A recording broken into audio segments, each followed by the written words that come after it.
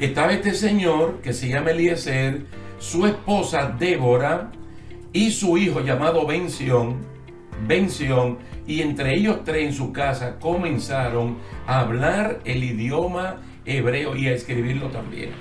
Es decir, una minúscula familia son como el germen para rescatar un idioma que al momento 1881, tenía cientos y cientos de años como una lengua totalmente muerta.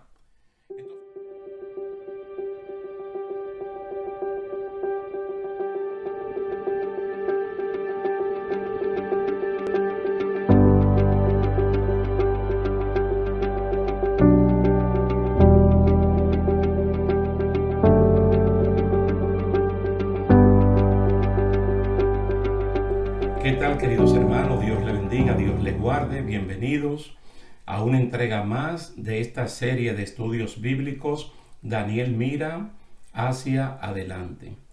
Hicimos un alto cuando terminamos el capítulo 10 para explicar algo de Ezequiel 37, algo que tiene que ver mucho con el retorno y la reunificación de Israel, para que uno no vaya a confundir lo que es el fin del reinado babilónico y el retorno de los judíos a Judá y a Benjamín. Hoy quisiéramos retornar al libro de Daniel, al capítulo 11. Es el capítulo más largo de los 12 capítulos que componen este libro, pero es muy interesante. Cuando estudiamos el capítulo 8, que yo le dije a ustedes que para mí era uno de los capítulos más extraordinarios de toda la Biblia, porque allí se presentan la figura de un macho cabrío y de un carnero, y ahí mismo te dice que representan el gobierno de los persas y el de los griegos. Y a partir de ahí se va a desatar una sucesión de reyes donde siempre tiene que ver con Israel. Si no tuviera que ver con Israel, de verdad que no tuviera mayor importancia para nosotros. Entonces, muchas de las cosas que quedaron inconclusas en el capítulo 8 de Daniel, aquí son explicadas con lujo de detalles. Es muy importante que usted lea completito este capítulo. Si lo puede leer por parte o lo puede leer completo y luego releerlo de nuevo, sería muy bien. Así que vamos a comenzar a explicar los versículos del 3 al 20, pero primeramente vamos a hablar algo del verso 1 y del verso 2, porque son datos relevantes que uno no lo encuentra en otra parte de la Biblia. Por ejemplo, Daniel 11:1 habla de que el arcángel Miguel fue fortalecido o animado en el primer año del gobierno del rey Darío el Medo. En Daniel capítulo 10, verso 21, allí se habla de que Miguel tuvo que venir en ayuda de Gabriel. Entonces se habla de una palabra de ánimo o de fortaleza.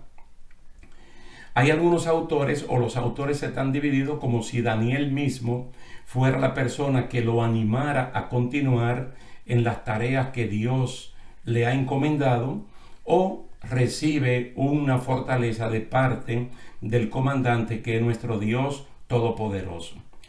Pero es muy importante que uno vea eso, hermano, porque estamos hablando de seres que formamos parte del mismo equipo. Como en Apocalipsis vimos 2 veces que el ángel que trajo la revelación a Juan le dijo: adora a Dios, porque tú y yo somos consiervos. Consiervos quiere decir que tanto los ángeles como nosotros, los creyentes, somos siervos del mismo Dios. Dependemos, adoramos al mismo Dios. Ahora noten en el verso número 2, aquí en Daniel capítulo 11, que nos habla de varios reyes persas después de Ciro el Grande. Históricamente, Ciro es considerado el fundador del imperio de los persas, un imperio que, como hemos dicho varias veces, se unió con el imperio de Media y formaron el imperio de los medos y de los persas. Pero tanto en Daniel capítulo 7 como en Daniel capítulo 8 siempre se ve que el reino de los persas es superior al de los medos, y a veces omitimos la palabra medos y hablamos de los persas. En Daniel capítulo 10, versículo 1, lo menciona ya en su tercer año de gobierno. Lo menciona en su tercer año de gobierno. Aquí no son mencionados por sus nombres, pero dicen que vendrán y así mismo ocurrió. Es decir, que van a venir 3 reyes después de Ciro el Grande. Los versículos del 3 al 20 hablan de Alejandro el Grande. No estamos hablando ya de Ciro, sino de Alejandro el Grande, el primer rey de Grecia que ya habíamos visto en Daniel capítulo 8, y quien es la persona que ataca y destruye al imperio de los persas. Yo creo, hermano, que a usted y a mí como creyente, la historia bíblica debe llamarnos la atención.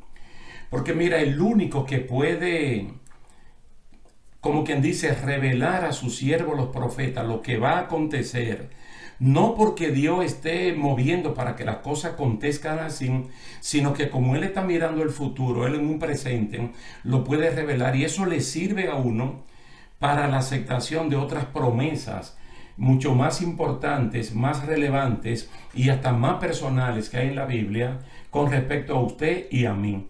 Entonces, todo esto que está aquí, mira, que en un momento Dios diga que después del primer rey de Persia venían 3 más, o que después del imperio de los griegos de Alejandro venían otros porque sus hijos los iban a asesinar, nos habla de la grandeza de Dios, que no es solamente omnipresente, sino que es omnisciente, un Dios que todo lo sabe. Entonces estos versículos 3 al 20 de Daniel capítulo 11 hablan de Alejandro el Grande, ese cuerno que había entre los 2 ojos del macho cabrío, que creció hasta las nubes, figuradamente hablando, atacó y destruyó a los persas. Y ahí se inició el gobierno de los griegos por 250 años. Noten bien, 250 años. Cuando murió Alejandro el Grande, el reino fue dividido en 4 partes, como nosotros explicamos en el capítulo 8, ya que los hijos de Alejandro fueron asesinados y no hubo descendientes de él, tal y como se profetizó en el capítulo 8.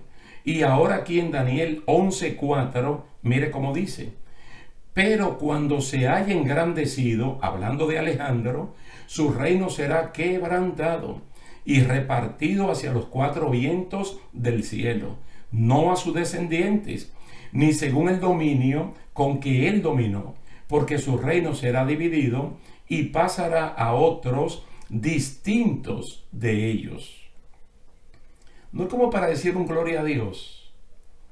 La maravilla del Señor, cómo Él puede revelar las cosas con detalles precisos y concisos antes que las cosas ocurran. ¿No recuerdan ustedes que cuando Cristo reprende a sus discípulos, especialmente a los apóstoles, en el capítulo 24 de Lucas, Él le dice: tardos para entender, necios para comprender, como muy lentos para las cosas de Dios?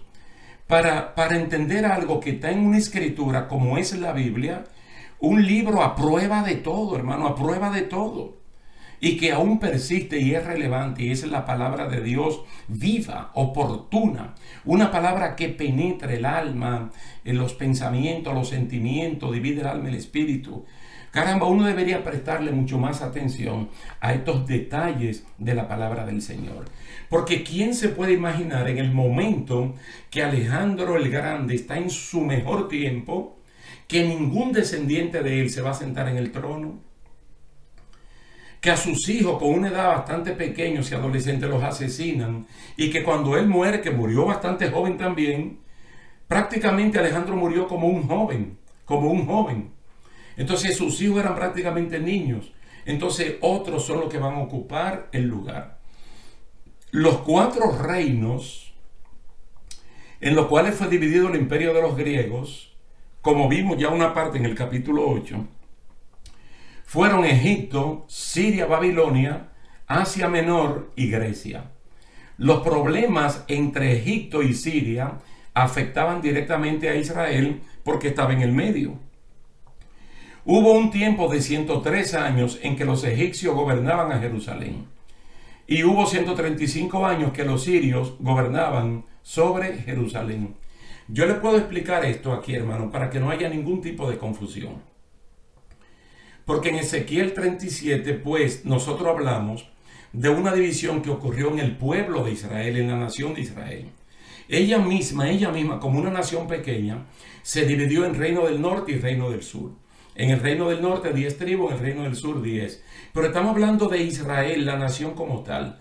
Ahora aquí vamos a hablar del reino del sur de Israel, que es Egipto. Y el reino al norte de Israel, que es Siria. Quiere decir que Israel está en el medio. Y como estos dos reinos, sur y norte, que es el título del capítulo 11 de Daniel, están en constante lucha, ¿quién siente los efectos directos? Israel, que está en el medio. Por eso vemos 103 años de dominio de los egipcios, 135 años de dominio de los sirios sobre Israel. Entonces, porque están en el medio. Por eso se le llama a uno reino del sur y al otro se le llama reino del norte. Todas esas luchas, batallas y negociaciones aparecen hasta el versículo 20. Note bien, ustedes lo pueden leer, probablemente se le ponga allí en pantalla la lectura. Los versículos del 3 al 20 hablan de todas esas luchas, batallas, intrigas, negociaciones, hasta el versículo 20. Al leer esto con detenimiento, un ejercicio por ver las luchas y las batallas entre el reino del norte y el reino del sur, Israel está en el medio y es el que paga prácticamente las consecuencias. Yo no sé si ustedes, bueno, de alguna manera u otra, o en película, en lo que sea, uno siempre ve esos convenios entre reino y reino que incluso intercambian hijos e hijas en matrimonio para buscar alianzas, expansiones, para evitar guerra. Todo eso se da allí y ustedes lo pueden leer detenidamente.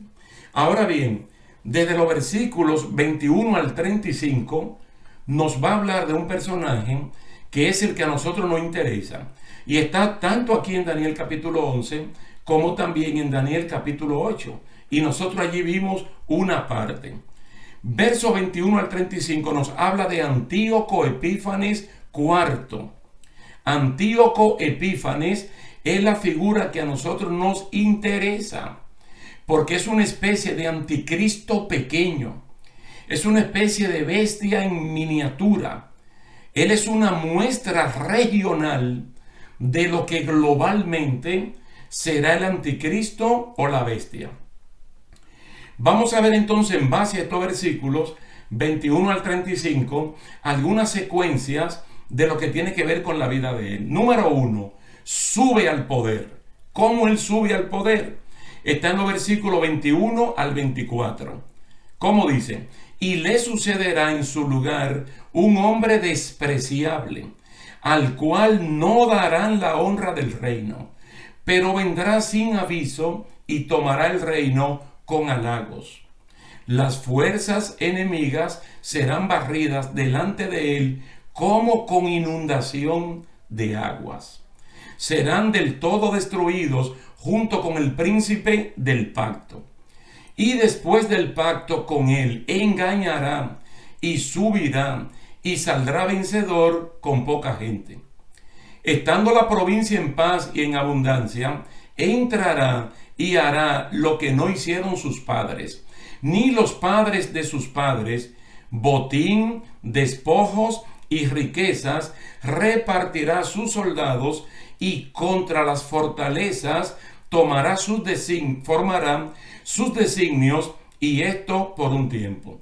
Usted se da cuenta hasta este momento que este señor va a hacer lo que no hizo su papá, lo que no hizo su abuelo y probablemente su bisabuelo, porque viene ya desde tiempo estas luchas entre el sur, no se olviden, Siria, Babilonia, contra el sur, Egipto.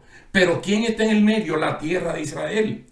Y ustedes se van a dar cuenta lo importante o el tremendo papel que juega Israel cuando toquemos el asunto del continuo sacrificio. Cuando hablemos del templo de Jerusalén y lo que este individuo hace cosa que ninguno de sus antepasados se atrevieron a hacer, porque algunos conquistadores, incluyendo el Imperio Romano, respetaba las religiones organizadas, solamente perseguían las sectas, pero este tipo hizo lo que tal vez nadie pensaba o se imaginaba que se podía hacer.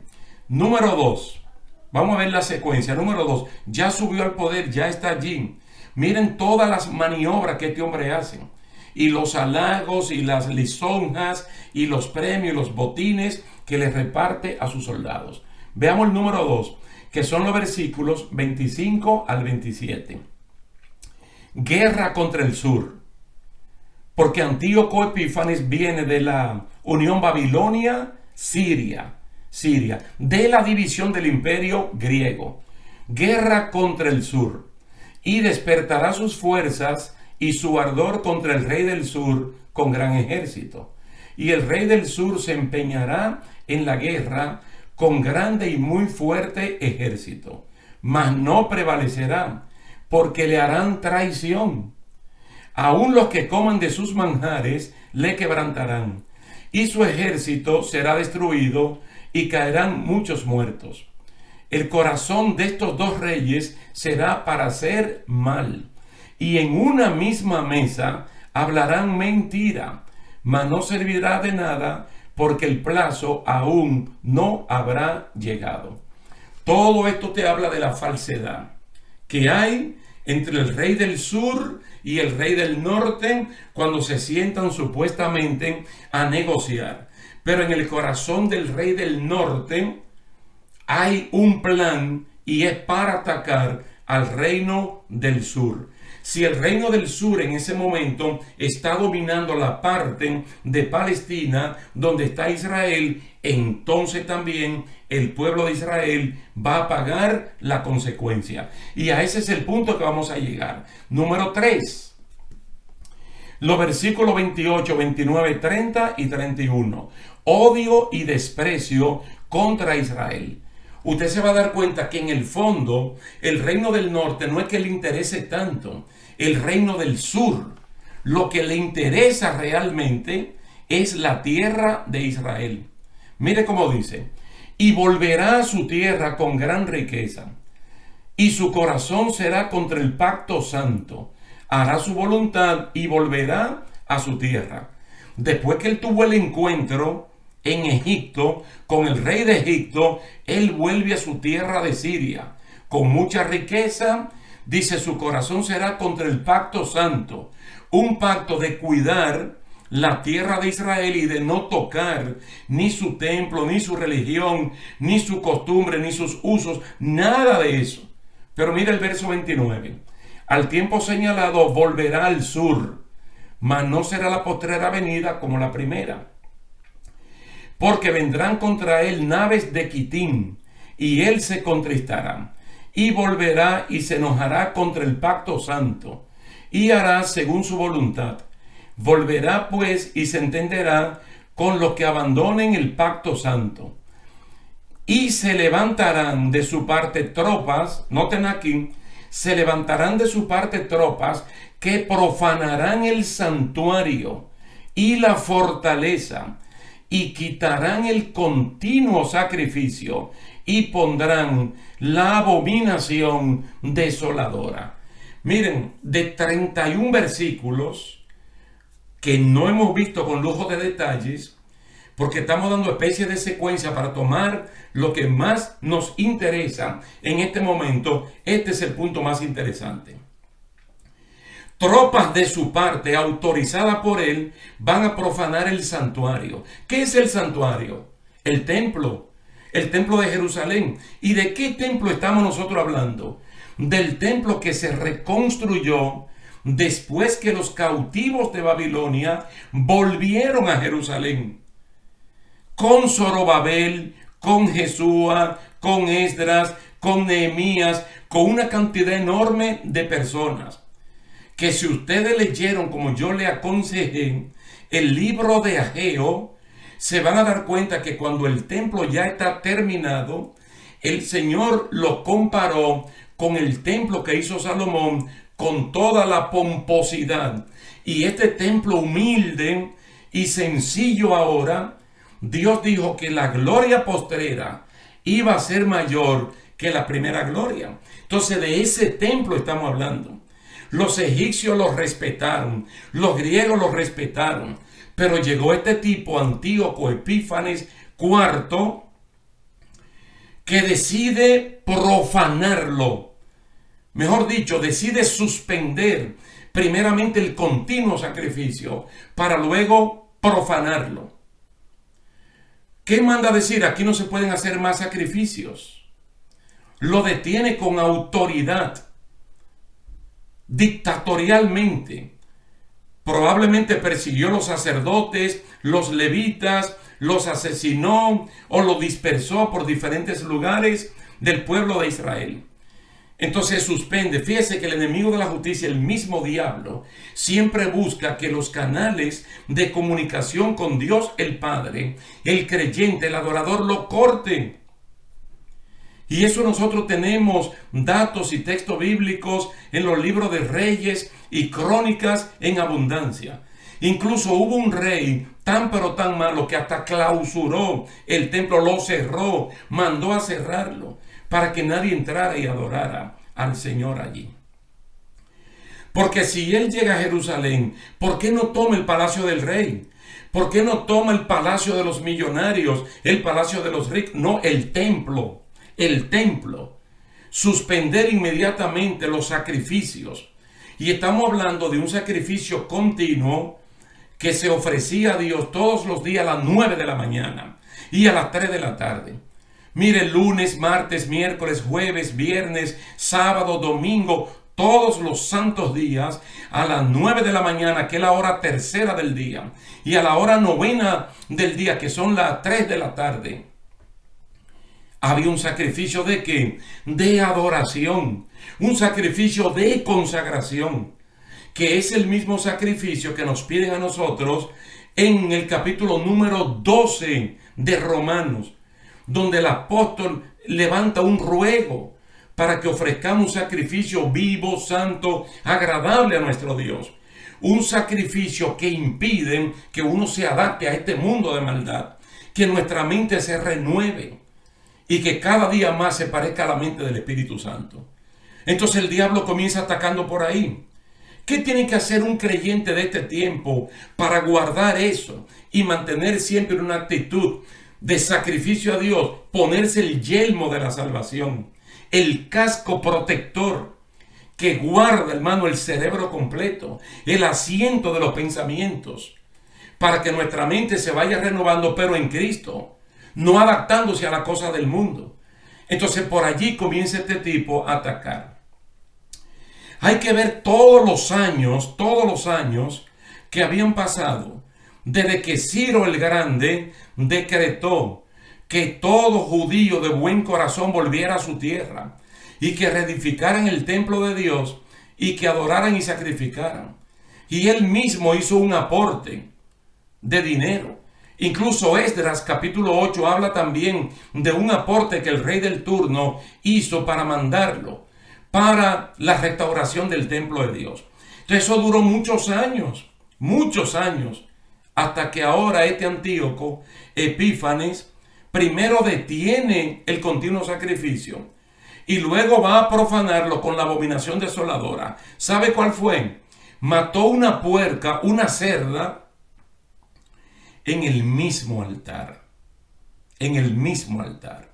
y colocó allí una estatua de él. Entonces a partir de ahí eso comienza a llamarse abominación desoladora. Yo creo que muchos de ustedes mantienen la secuencia de lo que venimos estudiando en el libro de Apocalipsis, en el discurso escatológico de Cristo de Mateo capítulo 24. Tú sabes que hay personas que no quieren entender porque no se dejan llevar de las Sagradas Escrituras, que nos habla de una escatología por eventos, pero no por fechas. Entonces, ¿qué debe ocurrir en este tiempo y qué debe ocurrir en tal tiempo?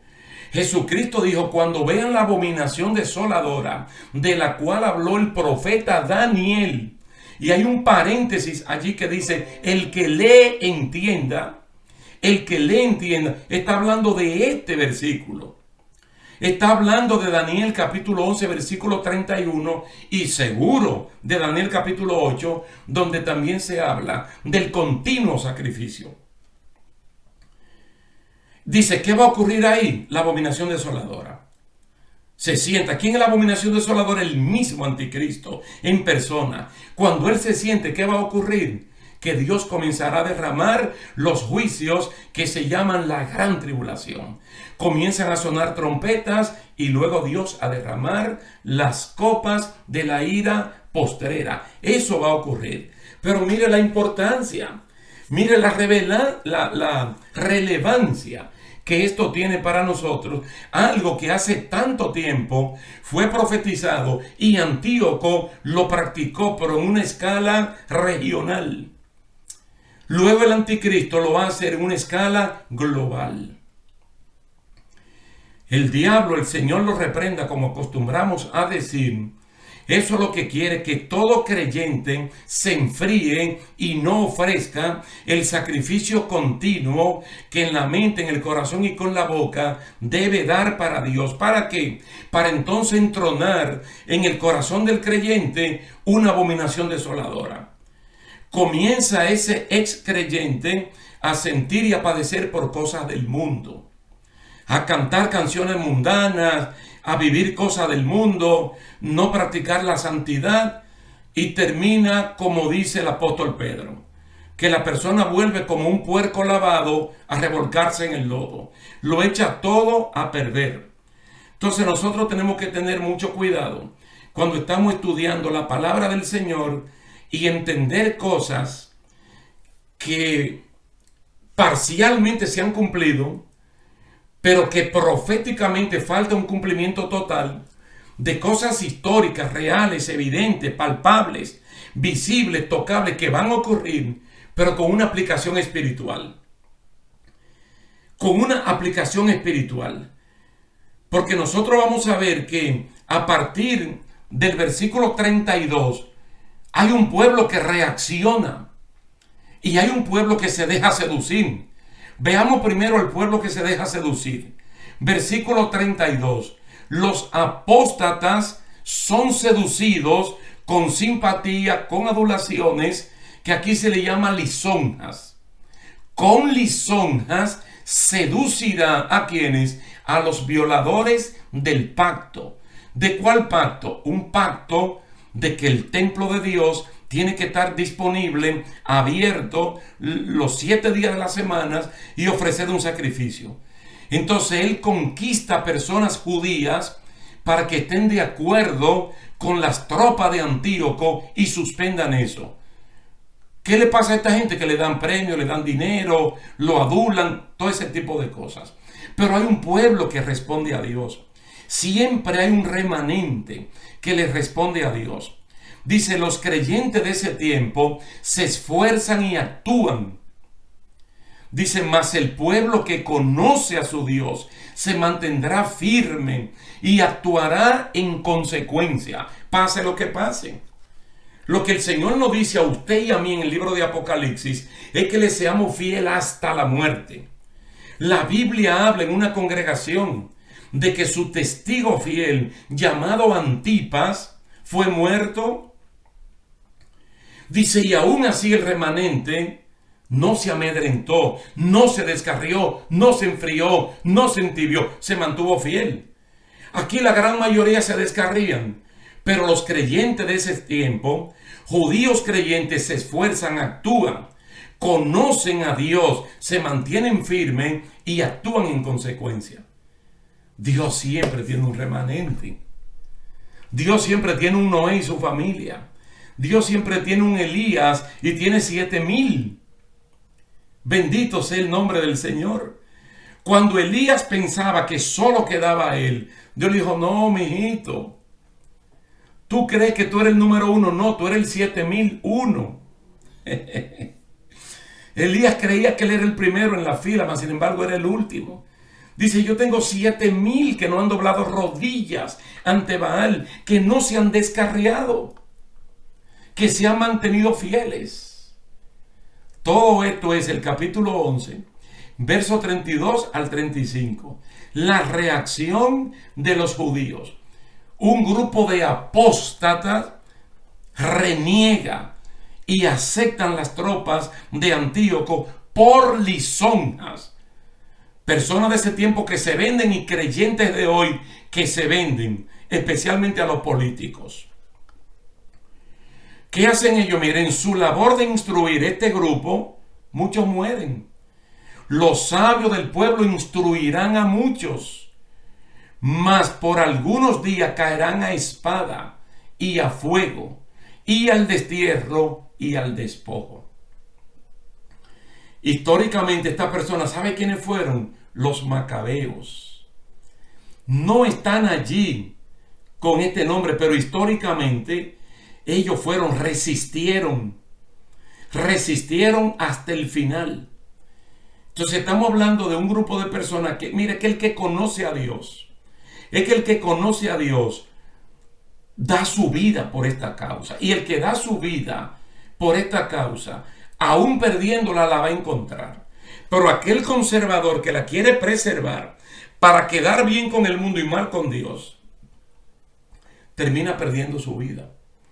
Se convierte en un Acán, como habla Josué, un desobediente que oyó claramente cuando Dios dijo que no tocaran esas cosas.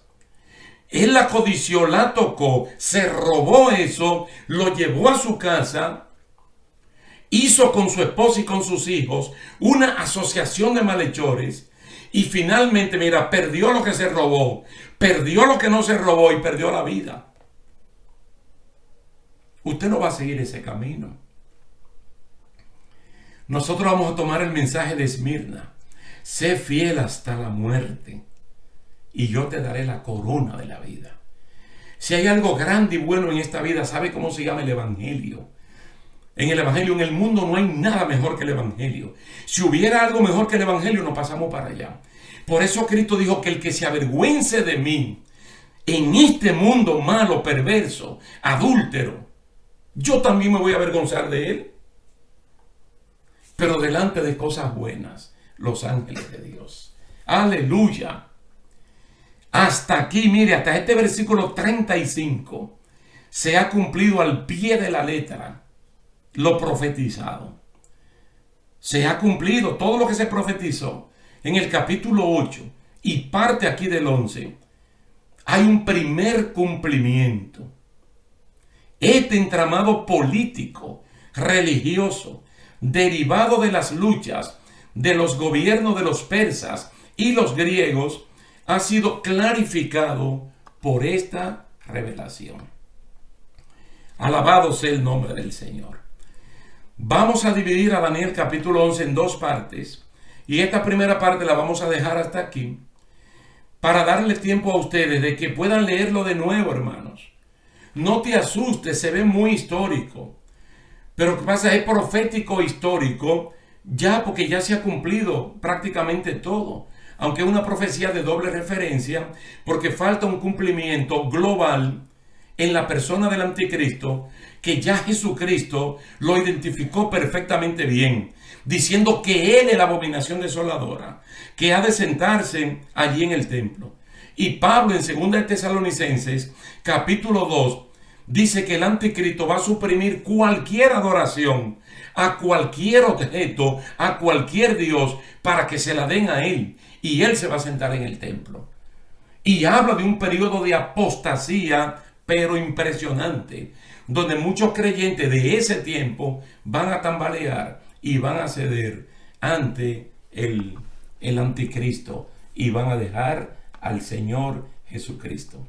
Lo dejamos hasta aquí. Ya estamos casi terminando lo que teníamos que ver con Daniel, pero bueno, siempre confiando y esperando que esto sea de mucha bendición.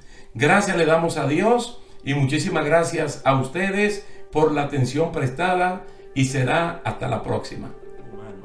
Yo milito con las fortalezas de Dios, las cuales son capaces de destruir fortalezas Mire, de toda soberbia, todo espíritu soberbio que se levanta a humillarlo y llevar cautivo a Cristo, todo pensamiento. Entonces lo que hace el anticristo es que él no depende de su propio poder, sino del poder de Satanás.